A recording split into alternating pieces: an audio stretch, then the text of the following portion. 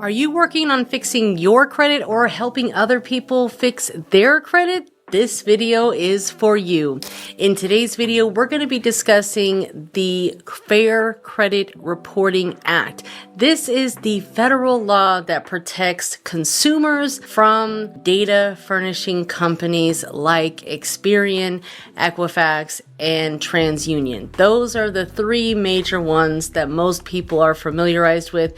But of course, there's many other consumer reporting data agencies like LexisNexis, Clarity Services, LCI, a bunch of them. And in previous video, I went over some of the top companies that you should opt out and request a copy of that. So make sure to check out the entire Credit Repair Secrets playlist. I put the playlist below. Watch all of the videos in the playlist. And most importantly, if you're new here, make sure that you are subscribed. Turn those bell notifications on and check in the comments. Let me know you're here, you're watching, you're learning, and whether or not you have any questions or recommendations on other videos that you want to see from me.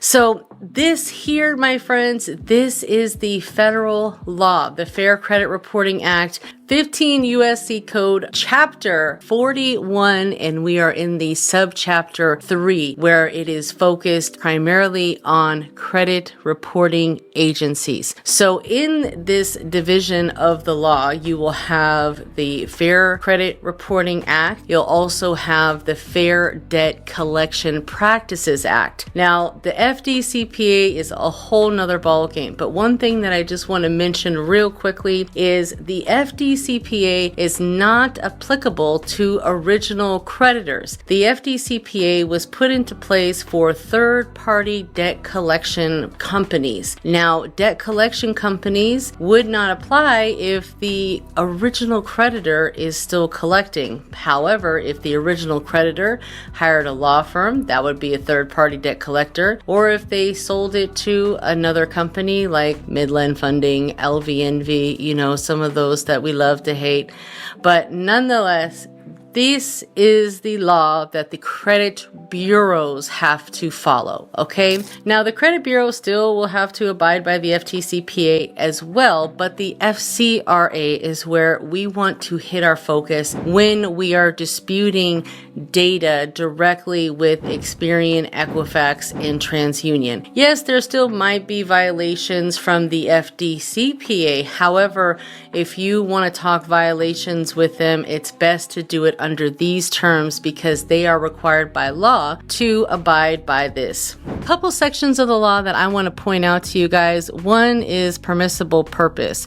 So you might see there's a few sections of the law that I want to point out to you. Number one is 1681B. This is permissible purpose. So if you have unauthorized inquiries on your credit report, this is probably the area of the law that you want to focus on. Because at the end of the day, the credit bureaus, they try to blame it on the creditor and vice versa, but it's the credit bureau's responsibility that they report accurate information. So if you're telling them that an inquiry is unauthorized, maybe you thought it was going to be a soft pull, or they told you from the store, the bank, it was going to be a soft pull and it ended up being a hard credit pull, then those are grounds to say I did not authorize a hard credit pull on my credit report from this particular company, and it's up to them to remove it. Although they would love to sit and play games and tell you that you have to call the other company, but at the end of the day, they can't do anything about it. So just stand your ground.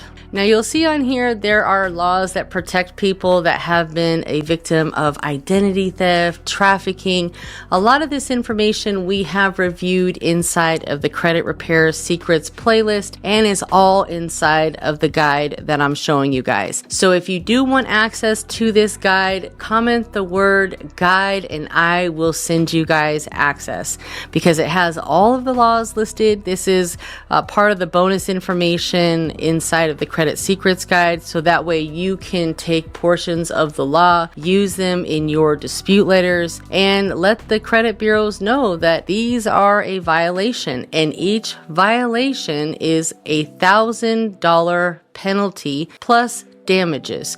If you had any damages, you lost out on an opportunity that caused damages, that is damage. And how much, I can't say for you. But say, for example, you have them under 3 violations where you have compliance procedure violation. You can also go with the procedure in case of disputed accuracy, which is very popular, 1681I. If you have disputed something on your credit, it came back verified, that is the section that you want to be hanging out with, because there's a lot of great information inside of that law that goes over how they are to verify things. And at the end of the day, I know you probably don't know, but here it is. Credit bureaus don't make outbound phone calls. So there's no way that they are calling a company to verify the information. And in the law, it says that they must verify the information and have the person's name, who they spoke with, all this information on how they verified it. And we know that that never happens because they just use a computer system and they speak back and forth with the creditor via a coding system. And that is what's called the Metro 2 language inside of the FCRA system.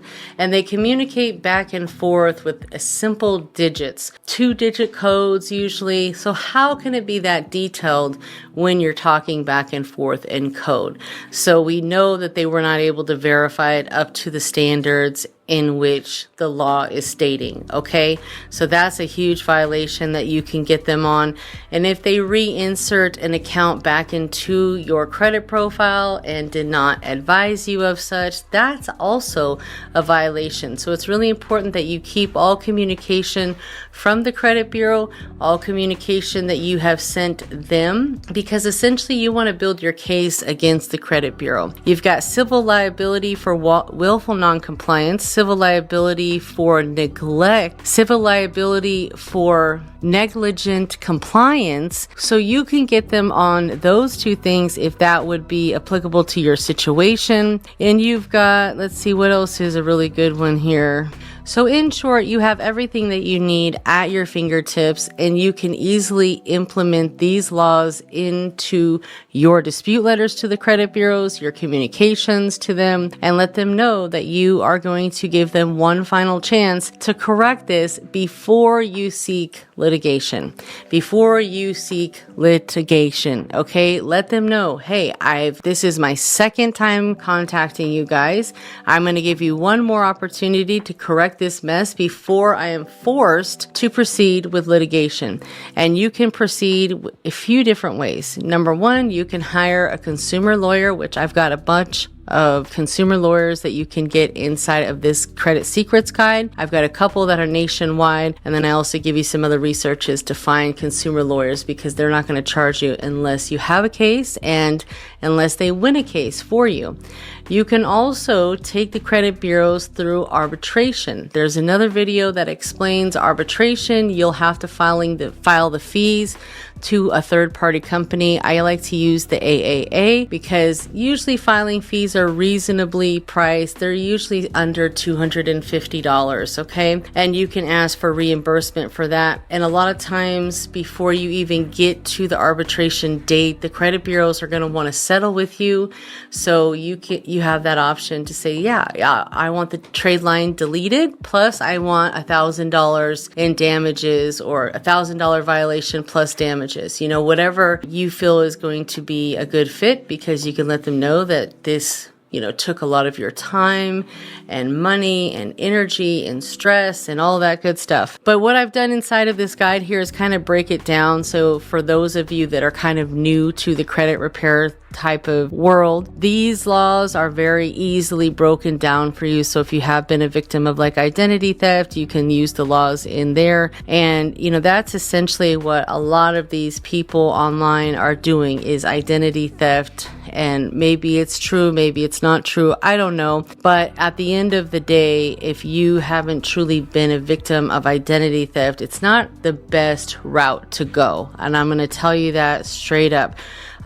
You can't run from everything.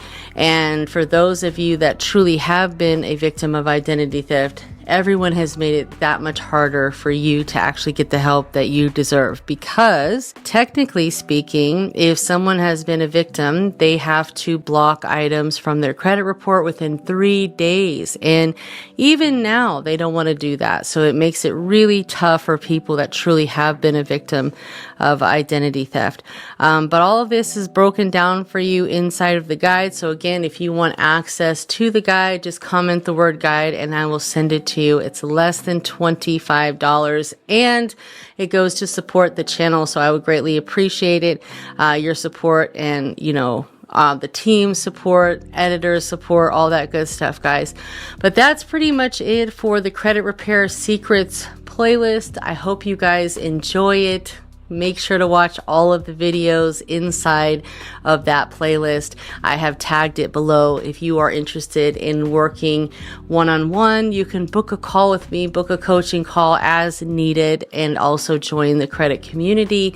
Everything is in the description of this video.